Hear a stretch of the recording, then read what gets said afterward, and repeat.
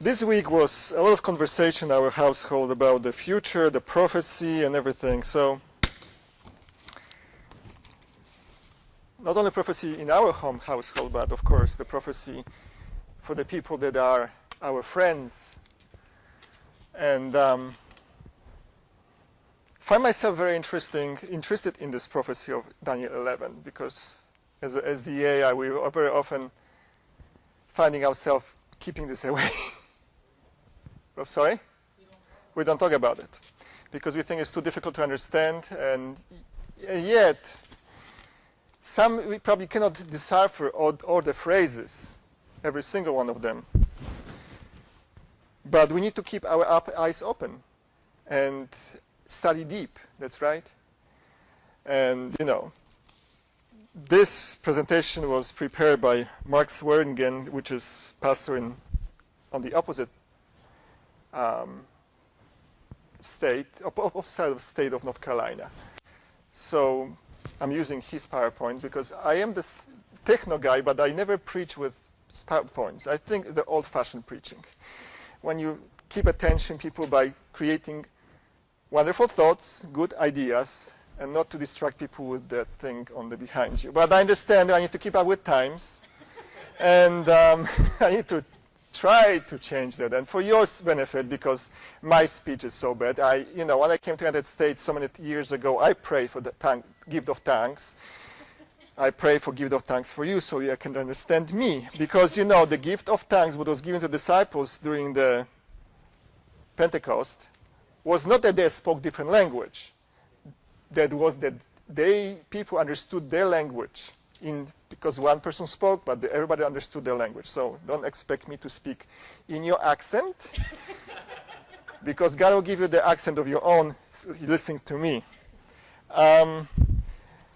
Regarding prophecy, it's not easy and subject, but I find it fascinating because we've been preaching so many times about different stuff and we always wanted to hear, how we need to improve our life by giving the pointers, how to be more loving, more kind, how to be strong Christians. But sometimes we need to go back to the roots and find out where we're going. And that's that song today, we're opening song. Did you know who sang that song? The 449, 448? James White. There was a song by James White, and he was rocking right before preaching when he was singing the song, coming from the back, clapping his hand on the Bible. Yes, to the timing. Terrible, terrible. But they were focused. Their focus was completely on a different thing. We're so not busy. We're so busy with other stuff. We're forgetting the focus that's supposed to be our focus. He's soon coming. And the passion they had. And in every prophecy, did every prophecy that was fulfilled, was this every prophecy understood before the fulfillment time in 100%? No. Never. Even the latest prophecy, the longest prophecy of the Bible, 2,300 days, they understood, they pretty much get it, almost, like 80%. Yes, they got that idea that's supposed to be cleansing. The day was pretty much okay. They messed up one thing. It was not the earth. It was heavenly sanctuary, that's right. And then when the prophecy was fulfilled, then they understood everything, that's right.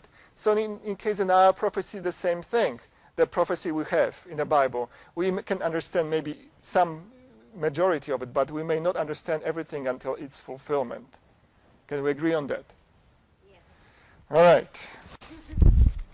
That'll be different. So bear with me because, as I said, it's a new subject to me. I am not a scholar. I'm not theologian. I'm not historian. So I had to quote some other people, and you had to believe me, okay, that I'm saying the truth. Otherwise, we cannot agree whatsoever. So, but before we start, we had to. We're going to have these different studies eventually, hopefully. But this is future. All right. As you see here, the SDA scholars and theologians alike, Bible students alike, have produced a variety of perspectives on Daniel 11 over the years. And we can to agree because we still don't know for sure 100%. Some people say this is it. Some people say no, this is it. Well, I have to give them the freedom of expression. That's correct. The specific views Daniel 11 presented in this seminar have come as a result of the personal quest for understanding. I will strive to be reasonable and consistent in my interpretation while at the same time not claiming infallibility. That's right? Okay. We should respect the rights of all Christians to investigate Daniel 11 for themselves and draw their own conclusion while avoiding dogmatism about our own conclusions. We should strive to exercise great care and practice caution when applying historical events to specific prophecies and seeking to discover the possibility meaning of future prophecies that are yet to be fulfilled. I think that's really an important point. We don't hear that much about our teaching people saying we should respect the right of all Christians to investigate Daniel. You know, respect others. That's right. We have our own base truths that we cannot budge on. That's true. But as a prophecy, you have to give people freedom to do that. That's right? Okay. All right. Let's see what James White was saying about this, actually. I love the old language. How they spoke that way, I am foreigners. For me, even, it's more funny to listen to those old-time language. So let's see what he wrote. In the exposition of unfulfilled prophecy, where history is not written, the student should put forth his proposition with not too much positiveness, lest he find himself straying in the fields of fancy. I just love that language. But you know the saying, I don't need to translate to this. Don't be too zealous about it to the point that, I have the right, the truth, nobody else can deal with this. And Daniel 11 basically tells us the whole history of the world, of the Christian world, from Daniel to the very end of times. So, what about Ellen White? Ellen White says something about Daniel 11. And unfortunately, she doesn't say very much about it. That's because, most likely, of the different thoughts in our church at that time. Uriah Smith, Uriah Smith who was the theologian that was really studying the prophecy, and he changed his view of Daniel 11. And I guess she didn't want to split the church by saying this is it. And so you need to be learning from this experience, saying, if you don't want to split the church, step out. Or step back and say, hold on, I'm not going to mention anything. It's not really fundamental to our beliefs. It's not fundamental to our salvation. Leave it alone. Don't press the issue. So here it is. She made as I said, I read, so you see that Elder Smith had a different opinion from Uriah Smith, that Uriah Smith said as James White, yes.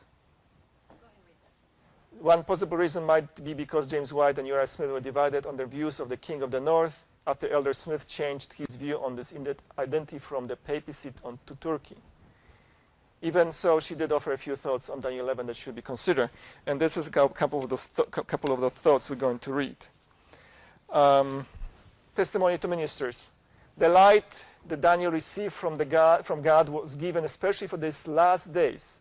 The visions he saw by the banks of the Ulai and the Hiddekel, the great river of Shinar, are now in the process of fulfillment, and all the events foretold will soon come to pass. She's talking about, those visions from Daniel 8 and Daniel 10 to 12. This is what is mentioned here. Another one. It says, the world is stirred with the spirit of war. The prophecy of the 11th chapter of Daniel has nearly reached its complete fulfillment. Soon the scenes of trouble spoken in the prophecies will take place. And the prophecy in the 11th of Daniel has nearly reached its complete fulfillment. Much of the history that has taken place in fulfillment of this prophecy will be repeated. In the 30th verse, a power is spoken of that shall be grieved and return and have indignation against the holy covenant, so shall he do. He shall even return and have intelligence with them that forsake the holy covenant. This is the quotation from verses 31 to 36. Scenes similar to those described in those words will take place. Let all read and understand the prophecies of this book, for we are now entering upon the time of trouble spoken of Daniel 2:1. And Daniel 2:1 speaks about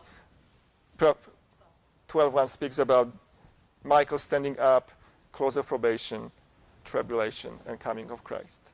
So we are very close there. This is majority is fulfilled. You can say majority of Daniel 11 is fulfilled.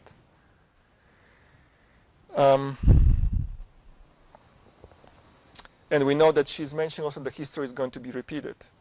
Part of the Daniel 31 to 36 will be again repeated. And the repetition as well may takes place in verses 40 to 45.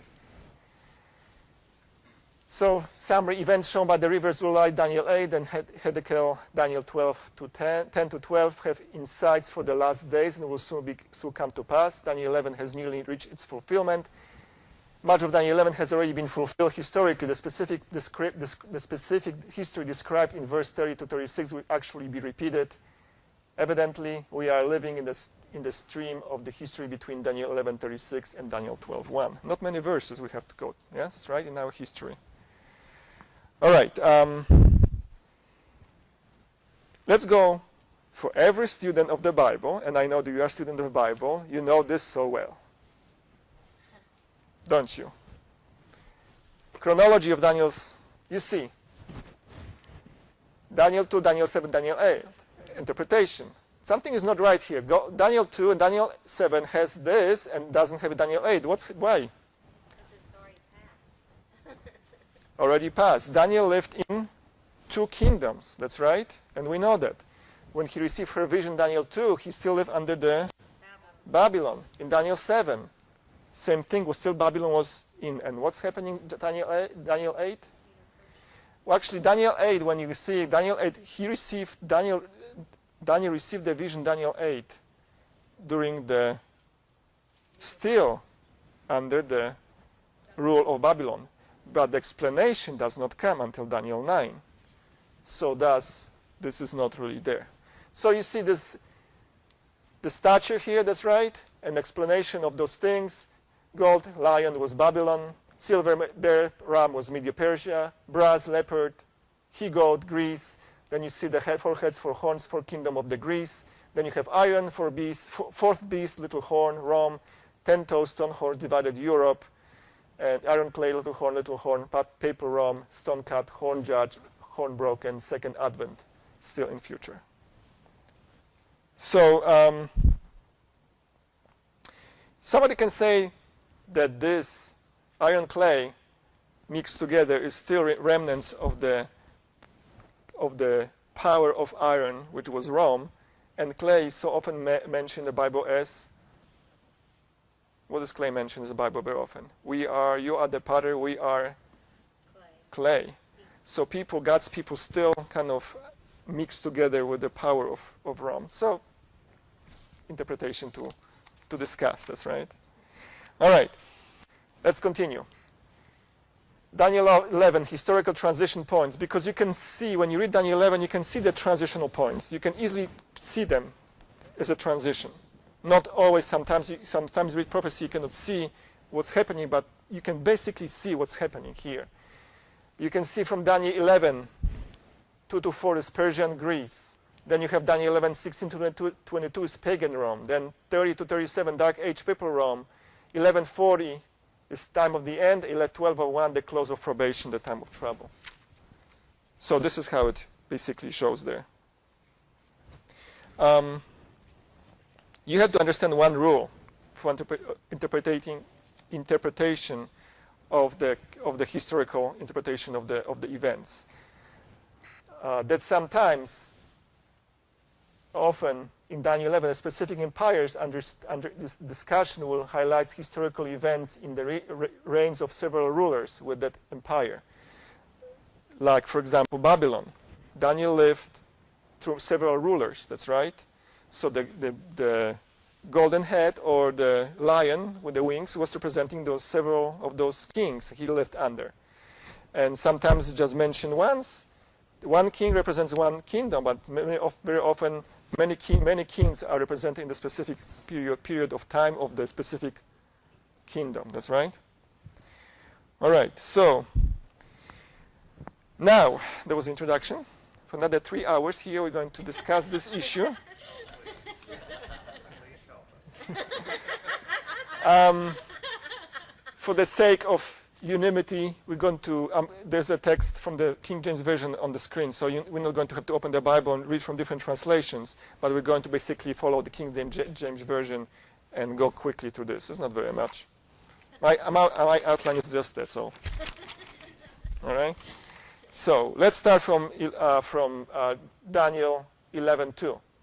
And now I should thee the truth. Behold, there shall stand up yet 3 kings in Persia, and the 4th shall be far richer than they all, and by his strength, through his riches, he shall stir up all against the realm of Gracia. Do I need to explain that? Pretty sure not, because everybody knows this is self-explanatory. You know, the funny thing is about prophecy, it gives us sometimes starting point, kind of align us. Okay, here we're starting, this prophecy is starting here, and give us second point so we can follow. So we don't start something we don't know what it is, but this straight to say, this is what it is. So you have 3 kings in Persia, and the 4th shall be richer, and you can explain this. I'm just going to show you a slide, and they shall go against Grecia. That's right. So we're talking about 2 different kingdoms, Media Persia and Greece. That's right. There's nothing to be discussed here. So the 3 kings, some people say the 4th kings, are different opinions about the 4 kings. I'm not going to read it for you. Just look at this. Some people said there was 4 kings, this king. Sometimes this other person said there was those 4 kings. That doesn't matter, really. There were 4 kings. So let's keep this one. Let's go to the next one. And the mighty king shall stand up, that shall rule with great dominion according to his will. And when he shall stand up, his kingdom shall be broken, and shall be divided toward the 4 winds of heaven, and not to his prosperity, not according to his dominion, which he ruled, for his kingdom shall be plucked out even for others beside those. Any explanation of this verse, anybody? What is this talking about? Who was the mighty king that stood against after the Medo-Persia? No, Medo-Persia has already gone. If you read the text before, there was Alexander the Great. The mighty king was Alexander the Great. At his peak of his power, what's happened to him? He suddenly died. How old was he? Like 32, something like that? So there's no question about this here. And what's happened to his kingdom? Was broken, divided for 4 winds of heaven, not to his prosperity. He has one child. The child was later murdered together with his mother. So neither of his children inherited his kingdom. It was 4 generals we know of. They inherited his kingdom, and they took over. The 4 winds, that's right. The 4 winds of heaven. There was the 4 generals that took over the kingdom of Greece when he died. That's right? All right? So here's it is. 4 winds in Daniel 11:4 says the parallel Daniel 7:6 and Daniel 7:8. 7:6 and Daniel 8:8. 4 Greece Macedonian generals, Ptolemy, Seleucus, Cassander, and Lysimachus, divided Alexander's former empire after the Battle of Apsus. 4 dynastic Hellenistic empires emerged after Alexander: Seleucid Syria, Ptolemaic Egypt, Antigonid Macedonia, and Attalid Pergamum, of which were eventually absorbed by the rising power of Rome. So, self-explanatory here. Daniel 11:5-15 discuss the activities of these Hellenistic kingdoms, describing the warfare between Seleucid Syria, the king of the north, and Ptolemaic Egypt, the king of the south, for control of Israel prior to the rise of Rome. Syria eventually became stronger and overpowered Egypt in this period. And this is a completely different study. We're going to skip that for now. We're going to continue. Who is king of the north? Who is king of the south? That's the secret for next time. But here you have it black and white. Who was the king in those specific verses to find out who they actually were. So you have the history of 2 kingdoms.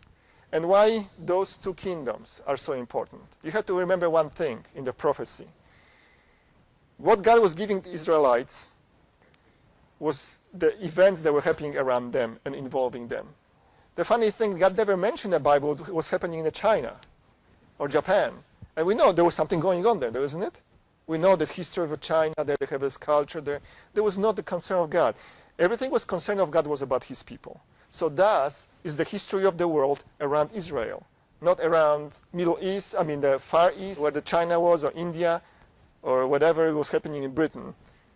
That was that was the whole thing. God was explaining the prophecy around Israel. You have to remember this. Everything was depending on how this was affecting Israel. How it's going to affect Israel. So this is how it is. All right. Another transition. What's happening after? What the next kingdom comes after Greece? Rome. Yeah. But he that cometh against him, against Greece, shall do according to his own will, and none shall stand before him. And he shall stand in the glorious land, which by his hand shall be consumed. Are you getting any ideas from this text? What it's talking about? What is glorious land? Israel? Israel.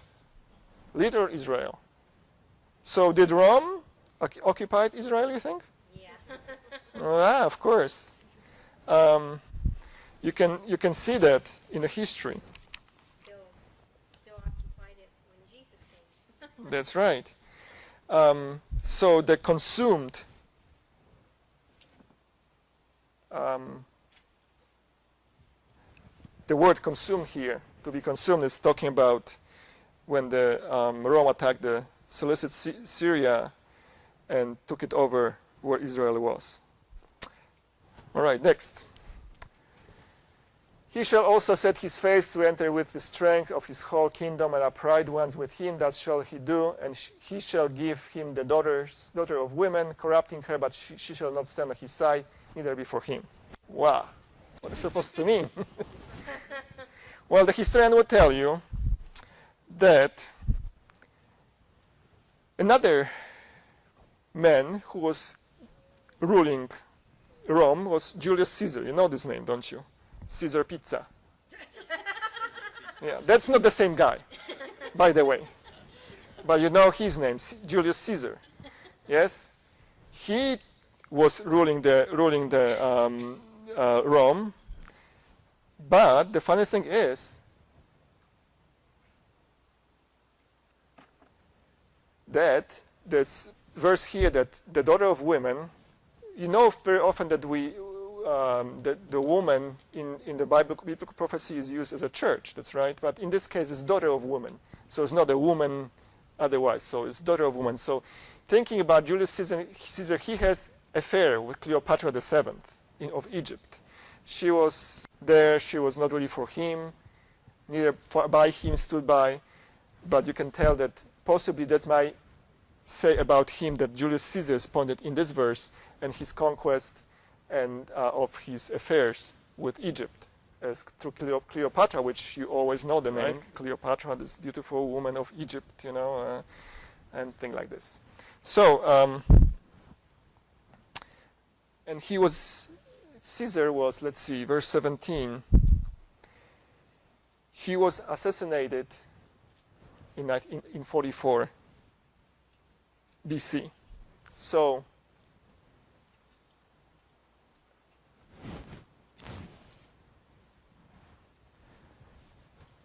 then he shall turn his face toward the ford of his own land, but he shall stumble and fall and not be found.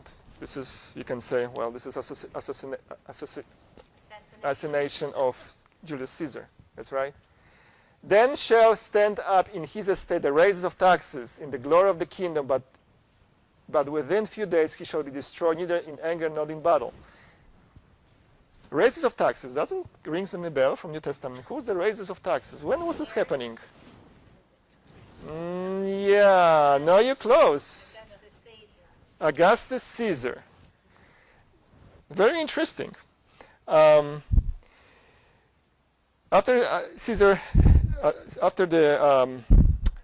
Julius Caesar was assassinated, his nephew, supposedly Caesar Augustus, was taken, and he actually, as it says here, he'll be destroyed, neither in anger or battle. Why? Because he died natural death. But he was the one who And it came to pass in those days that there went a decree from Caesar Augustus that all the world should be taxed. Is this connected to Daniel 11 in your opinion? I think we're getting another mark here, because you're starting with a good point. You know this is Macedonia and Greece. Then you're going and you can stray right or left. But here another marking point that keeps you straight on track. This has to be that, because otherwise the Bible would not mention that. That's right. So we think we are on track with this thinking. That's right. All right. And next one. And verses 21 to 22. And in his estate, Caesar Augustus shall stand up a vile person to whom they shall not give the honor of the kingdom, but he shall come in peaceably and obtain the kingdom by flatteries. And with the arms of flat shall they be overthrown before him, and shall be broken, yet also the prince of the covenant. In a state of Caesar Augustus, another person, the vile person, was Tiberius Caesar. Tiberius Caesar was very despised by his countrymen. He was supposed maybe even has some defect. He was never liked. He was killing right and left. He didn't like. So in his own realm, yes. So that's the vile person you have. And during his reign, nothing happened. Christ was crucified. That's right. The Prince of Covenant, Jesus, was crucified AD 31 during the reign of Tiberius Caesar. So we're kind of seeing this so far. That's right. All right. So we see it here, another text. Now the 15th year of the reign of Tiberius Caesar, Pontius Pilate being governor of Judea. You have that text taken from Luke 3:1-2. So you have explanation of those texts from Daniel 11. All right, let's go and see the highlights. Daniel 11:16, Pompey the Great. We're talking about the career of pagan Rome. That's right. Pompey the Great, I didn't mention his name, but that's the one who actually conquered Syria. That was the guy. Then Syria and Judea was Israel conquered by him. Then 11:17-19, Julius Caesar, affair with Cleopatra 7, assassinated in 44 BC. Then you have verses 20-22, Caesar Augustus, Tiberius Caesar, and Christ crucified during Tiberius Caesar reign. So far we're going, I think, okay. Now, next verse, Daniel 11:30. For the ships of Chittim shall come against him, against Rome. Therefore he shall be grieved and return and have indignation against the holy covenant. So he shall even return and have intelligence with them that forsake the holy covenant. I'm in opinion that this verse covers humongous representation of time. First of all, for the ship of Chittim, we don't know really what it is, but Ellen White gives us some clue. As the Bible commentary says, some have seen the ship of Chittim a reference to the barbarian hordes who broke up the Western Roman Empire. The main Germanic people that broke the old Roman Empire were the Goths and Vandals and the Heruli. So the ships came to them and they overpowered him by saying being grieved, which he shall be grieved and return symbolize how Rome would fall in the form of pagan Rome, be grieved and return in the form of papal Rome. So Rome shall be grieved and then return and have indignation against the holy covenant. You see it? And so what shall do? Shall return, have intelligence with them that forsake the holy covenant. Talking to different kingdoms, that's right, different rulers, kings, saying, "Come on my side." Pagan Rome saying, "Come on my," papal Rome saying, "On my side, fight for me." You're going to see in a moment in different verses. And of course, the indignation against the holy covenant speaks of papal Rome persecution Christians. Agree on that? All right. And let's go to slide. Okay, we read this one. Talking about the papal Rome, next power after Rome, about the after the pagan Rome. And arms shall stand on his part, and they shall pollute the sanctuary of strength, and they shall take away daily sacrifice, and they shall place abomination that makes desolate. Abomination that make it desolate. What this is talking about again? An arm shall stand on his part. This is what we see here. Everybody can agree that papal Rome never had the power of sword in their hands. They're always using different kingdoms. Is it correct? So that's how it is. And take away daily sacrifice. That's kind of questionable here in our church what it's supposed to mean.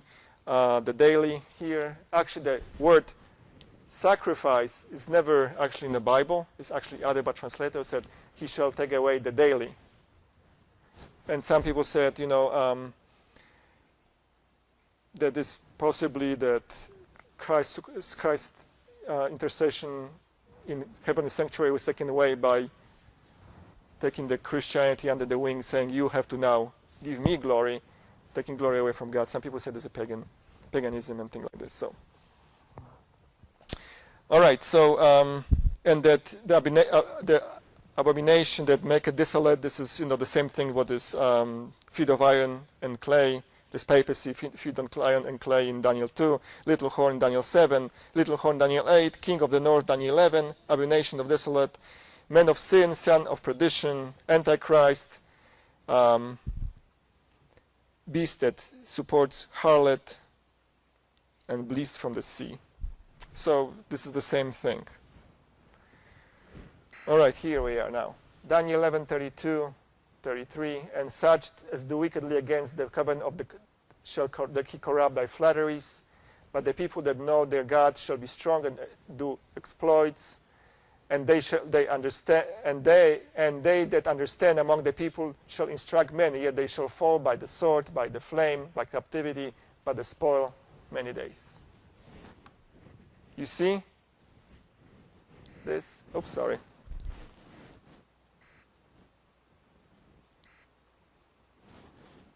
Oops, too far. Okay. So can you see the persecution of Dark Ages? Those who are faithful, they're going to fall by sword, by fire, by flame, by captivity, by spoil, by many days. Do you understand? The time of Old Testament, time of the Dark Ages. So now we go into the prophecy. Now when they shall fall, they shall be holpen with the little hell, but many shall cleave to them with flatteries, and some of them understanding shall fall, to try them to purge and to make them white, even to the time of the end, because it is yet for a time appointed. Time of the end is coming here. What is the time of the end? So this still is the Dark Ages. There's still Dark Ages. The faithful one, those who understand, will be tried until the time of the end. Yes? The time of the end, and we know that from history, the time of the end, if we study the 1260 days, is from 538 to 1798. And let's go and continue here. Explanation of the time of the end. And when I heard a man in Daniel 12:7, they heard a man clothed in linen when he held up his right hand and his left hand unto heaven, and swore by him that liveth forever that it shall be for a time, times, and half time, and when he shall have accomplished to scatter the power of the holy people, all these things shall be finished. And here we're coming to the time appointed, which is that time, times, and half times, which is 3.5 years. That's right. Which is in prophetic way 1 year, 30 days per month times 12 is 360 days. 360 days times 3 gives you 1260 days. That's correct. Agree? Years, I'm sorry, which is in prophecy, day is for year, so you cut the prophecy of the time of the end.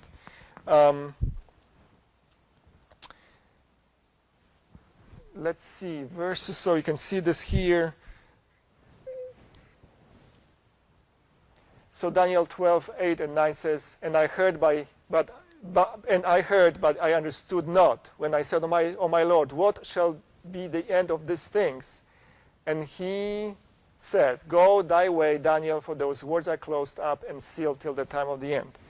So why the Christian in 9th century did not decipher Daniel book, the book of Daniel? Because they were sealed. It was sealed. And, I'm sorry? Well, they were living during those times, during the time of persecution by papal Rome. But they didn't know. They didn't know the ending. They knew the prophecy, but they could not realize that because God didn't open this book for them to understand. He said that there is not going to be open until the time of the end.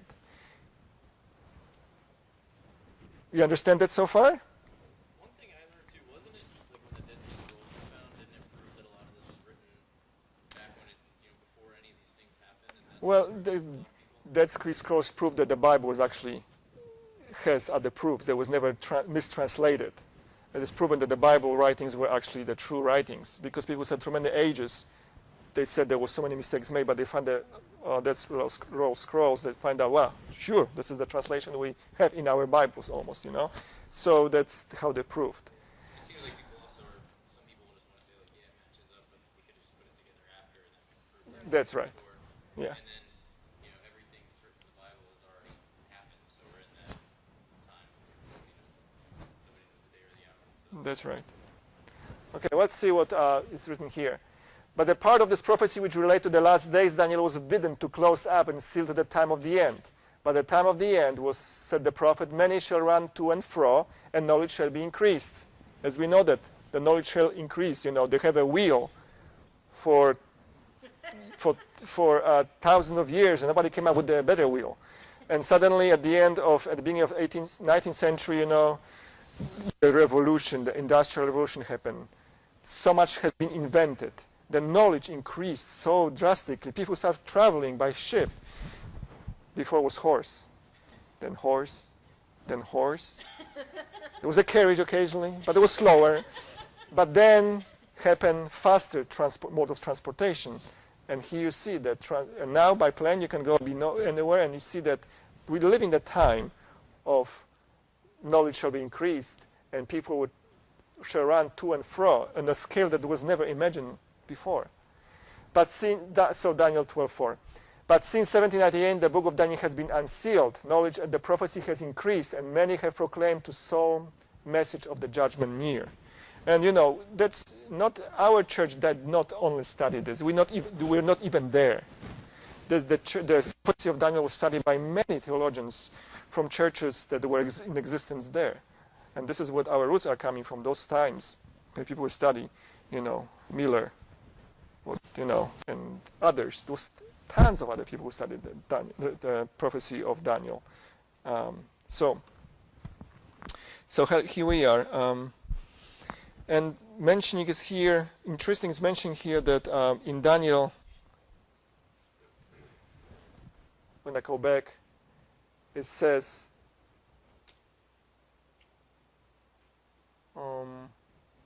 let's see. It says at the time of the end, in Daniel 11:40, it says at the time of the end. It means that means at the time of the end, means the beginning of the time of the end. That's right. And all the translations are saying at the time of the end. So it's saying those things should happen at the time of the end. So let's go here. Daniel 11:36 and 37. And the king shall do according to his will, and he shall exalt himself. We're talking about the papal Rome. That's right. And magnify himself above every god, and shall speak marvelous things against the God of gods, and shall prosper till the indignation be accomplished. For that is determined shall be done, Neither shall he regard the God of his fathers, nor the desire of women, nor regard of any God, for he shall magnify himself above all. And again, can we see the papal Rome here during the Dark Ages? The desire of women, not having desire for women, it could be the celibacy, or basically persecuting churches that didn't go, because women is mentioned in the prophecy as a church, persecuting any church that was not going according to their belief of this spatial power. So, see whatever you think.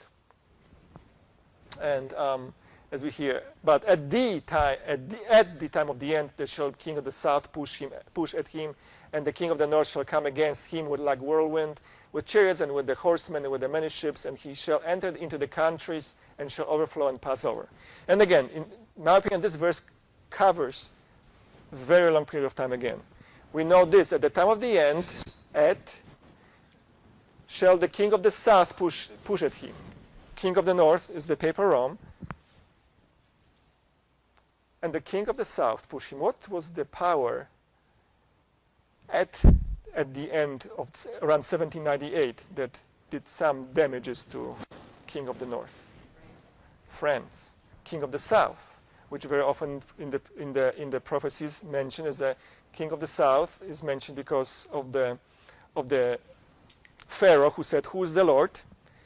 is sometimes saying that it's just atheism, promoting somebody else. So we know that 1798, France, the kingdom of France, whatever kingdom, whatever, biblically speaking, they attacked Rome. The Pope was taken to prison, died there, and basically the king of the north, Napoleon army, took over Rome and took the Pope prisoner, and then ended up with no kingdom of the north. But the kingdom of the north came back to power again. That's right. And this is interesting too. We're going to talk about this more often, more about who is the king of the south and king of the north, and how the king of the north attacked this, pushed the king of the south back. But we're almost concluding here. Let's go and read this thing. And at that time shall Michael stand up, the great prince which standeth for the children of the people, and there shall be a time of trouble, such as never was since there was a nation, even to that same time. And that time thy people shall be delivered, every one that shall be found written in the book. So we know here, this is the end of times. The only interesting fact here is that Michael shall stand up. When you read about Jesus, we know the Michael. Who's Michael? That's right. We know that. It represents Jesus. Very often when you read the New Testament, that Jesus is at the right hand of God or sits at the right hand of God. But there is one passage in Acts 7 that Jesus stands at the right hand of God. When Stephen sees Jesus, I see Jesus standing at the right hand of God. And here again, why? What was the stoning of Stephen ending off?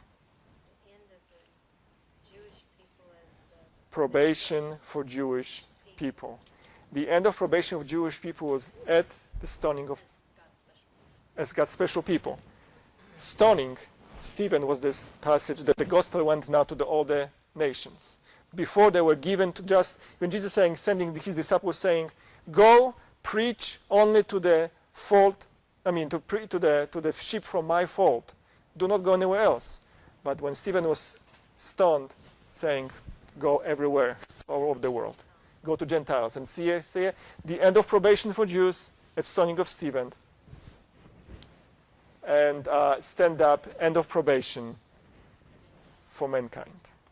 So you can see this as interesting, or spiritual Israel, you can say that. That's right, because we know, if without understanding one very important thing, that Israel was Israel for many generations, many hundreds of years. But as reading New Testament, what's happened to this Israel? Where's the Israel now? God's people, Christians, and God's people are Christians, are the Israel. The specific importance for the Jewish nation was taken away and given to followers of Christ. And thus, now is important to know that only prophecy regarding Israel is not for Israel in Palestine, but to Israel, his people. And thus, I can say this in a moment, and thus, thinking that the prophecy of the king of the south has to be from the actually physical south and north, the power from north has to be from north, does not make any sense, because where are the Israel now? It's everywhere. So geographical directions don't matter anymore. They have only prophetic symbols. So we kind of lost this one because we forgot to read, to check in that the spiritual Israel is now in New Testament was transferred from the people in Palestine to Christians. And we are, when you read New Testament, we are the spiritual Israel. So let's go quickly to the chronology. Daniel 11. Again, Daniel 11 to Persia, 4 kings. Then Daniel 11 to 3, Greece, Alexander. 11, 4 kingdoms of Greece. Then you have pagan Rome, papal Rome, 30 to 37. 1140, time of the end, 40 to 45. And then 12, 1 to 3, close of probation, time of trouble, God's people delivered. That's how we can understand that things here. We know that Daniel 11, 1 to 39 has been fulfilled historically, as we try to prove it today. We are living during the time of the end. Daniel 12, 40 to 12, 3. Since Ellen White stated that the history in Daniel 11, 30, 36 will be repeated, I personally believe that they must be repeated specifically during the time of the end. Therefore, I'm of the opinion that Daniel 11, 40, 45 discuss the actual repetition of events that are described in Daniel 11, 30, 36. So we're living in those times now, and we can discuss this a little bit more next time. And there's conclusion. We are seeking, as we seek to understand Daniel 11, 40, 45, we looked for global, spiritual, worldwide concepts, not literal, local, geographical ones, as we've just mentioned. The case of Israel and Babylon are good examples of this particular point. In the Bible, very often you can see the Babylon mentioned. And we know we're not talking about Babylon. When Revelation 14 says, my people leave the Babylon, we're talking about the living somewhere place in Iraq? No, of course not. It's talking about the spiritual Babylon, confusion, wrong belief. Leave it and come back to me. We should not be intimidated in any way by the prophecy of Daniel 11. We can unlock its meaning through in-depth investigation, experience great spiritual blessing. And even though this text does not say about what Jesus doesn't say in this text, I'm going to just show in a moment about Daniel 11, but this only confirms that we're supposed to study prophecy because it's very important for us to know that Jesus spoke about something in the future and has been fulfilled. And as for me, who was atheist, study like this was the only way to prove that the Bible is right, because God foreseen things in the history. When the book Daniel Revelation are better understood, believers will have the entirely different religious experience. They will be given such a glimpse of the open gates of heaven that heart and mind will be impressed with the character that all must develop in order to realize the blessedness which is to be their reward of the pure in heart. So, why the study of this boring subject for you? Because sometimes we need to know that we have a God who knows the future of the world. And that means for you that he knows the future of yours. So sometimes you can get lost in the study and saying, all right, why do you even come here today? But yet, I'm telling you one thing. I've been to many sermons. I've listened to many sermons in my whole life. And I said, there were some so boring. But yet, there was always one small pearl in every sermon I could get for myself. God's word never comes back empty. And always give you a blessing in even the most boring sermon that you slept half through it. But there is always a blessing in God's spoken, because God would not throw his words aimlessly without any fruit in it. So, in John 14:29 it says that now I have told you before it comes to pass, that when it comes to pass, you might believe. God speaks to us in the Bible, in different prophecies, and because of that, we can say, wow, you're really in control. You really love us. You know what the future holds. You know me personally. If you know the story of this world, what is the song? He holds the whole world in his hand. How is this? He has the whole world in his hand. So if he holds such a humongous burden, we could say, of all people, then he can hold my life and know the future and foresee me. That's right? So let it be a blessing to all of us, even though sometimes it's very hard and overpowering and overwhelming. Amen.